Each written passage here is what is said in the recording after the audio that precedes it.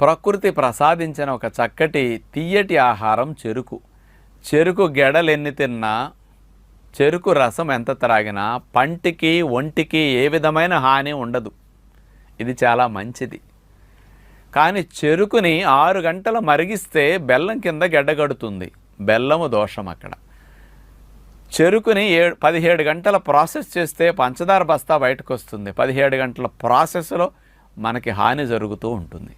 కాబట్టి బెల్లము వేరు, పంచదార వేరు.